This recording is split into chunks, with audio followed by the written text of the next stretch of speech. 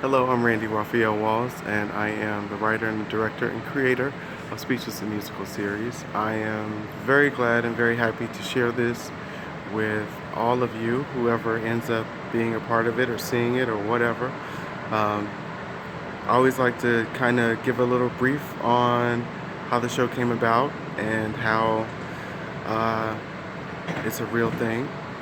Speechless the Musical came about when I basically had the most outrageous dream about somebody that I believe was my soulmate.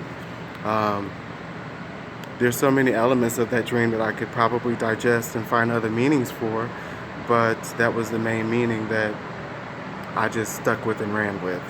Um, the person is just, we were cool, we were friends, and all of a sudden, not all of a sudden, I always had a major crush on the person, but I couldn't act on it because we were both in relationships and that person was technically straight and blah blah blah.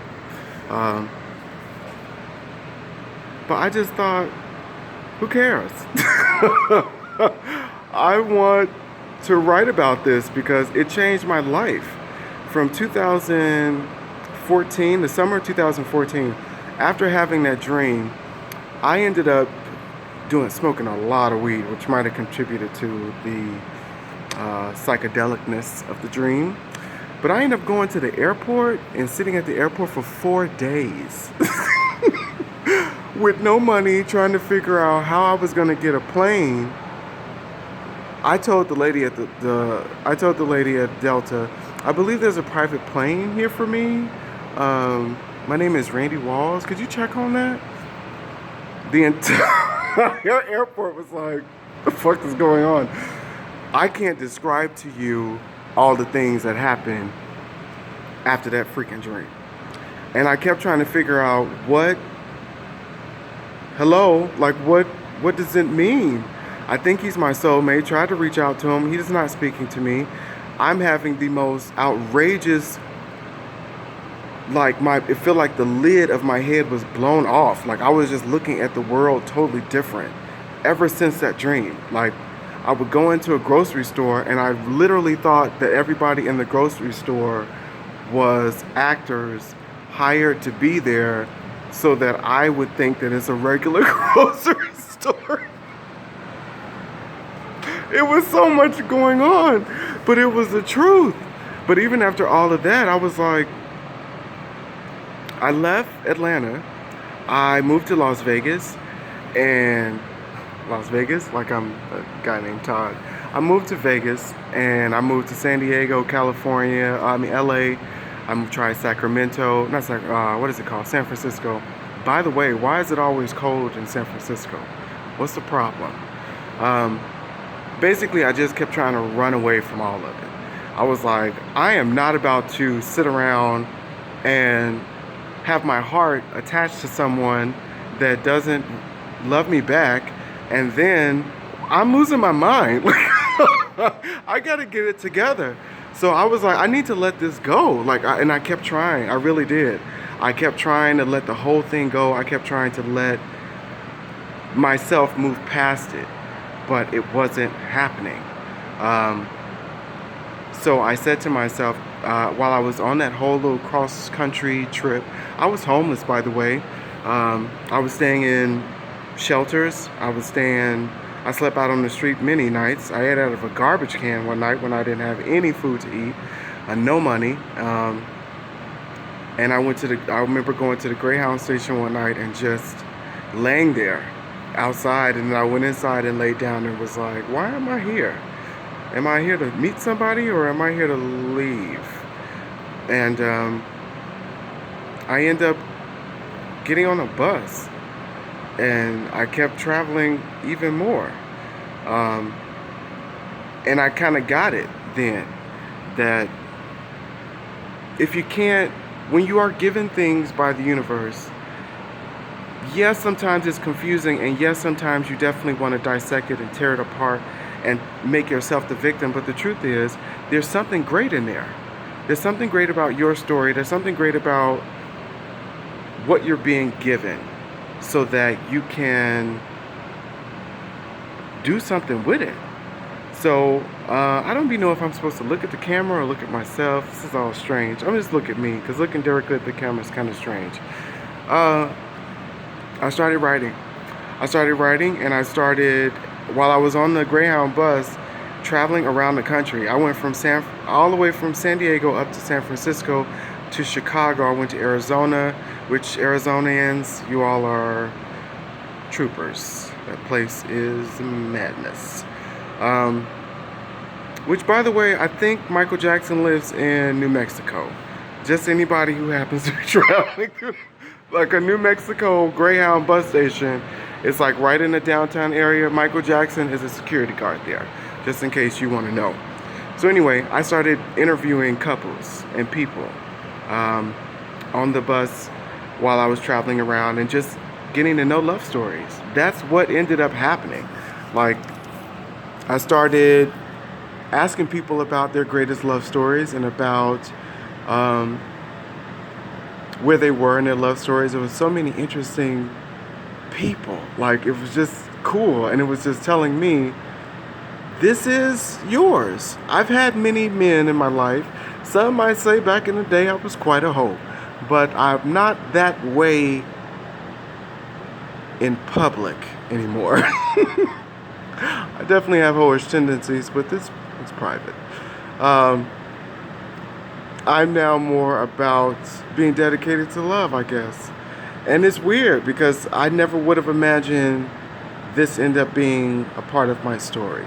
So I know I'm yammering on like a yenta, so I'm gonna just wrap it up by saying, Speechless is my love letter to my heart, as well as my story thus far.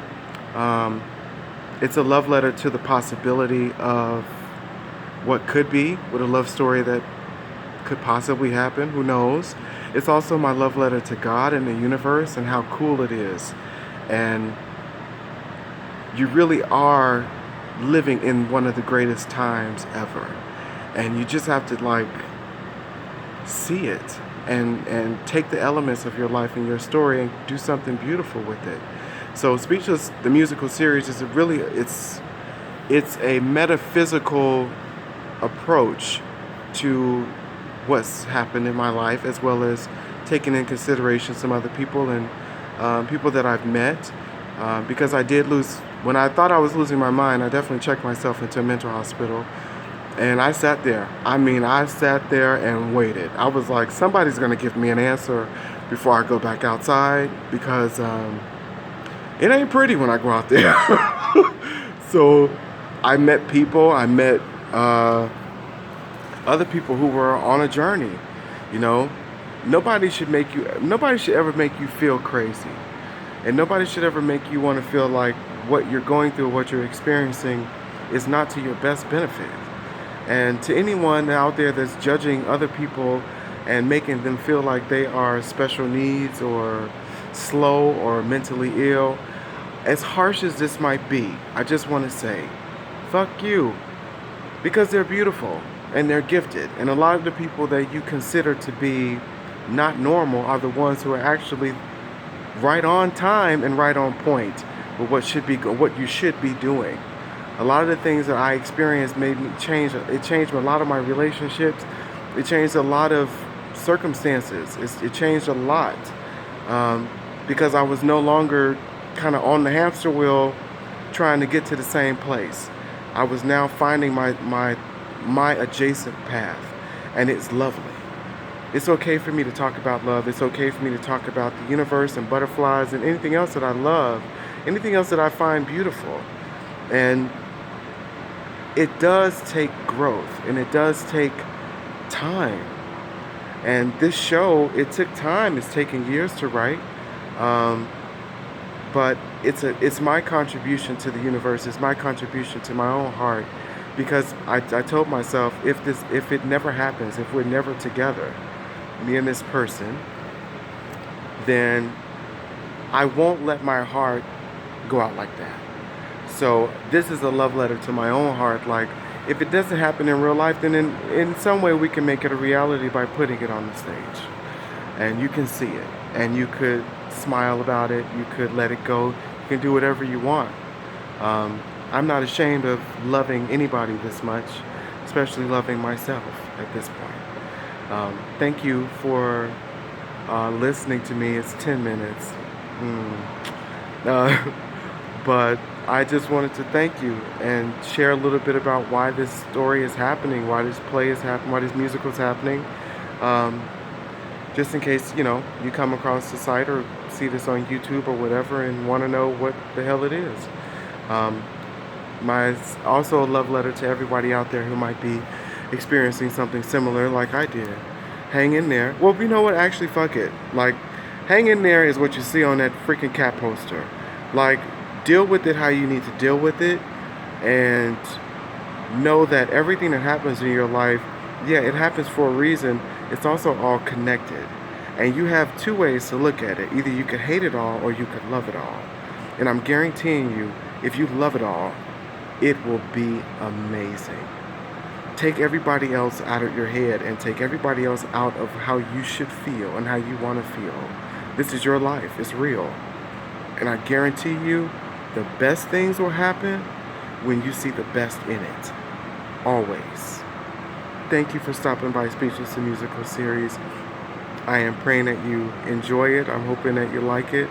And thank you to everybody who's ever made a picture or photo or whatever, because we use so many things to keep this site popping, keep it hot, keep it fresh. So I'll be using, photos I find on Google and such things, and then I recreate them.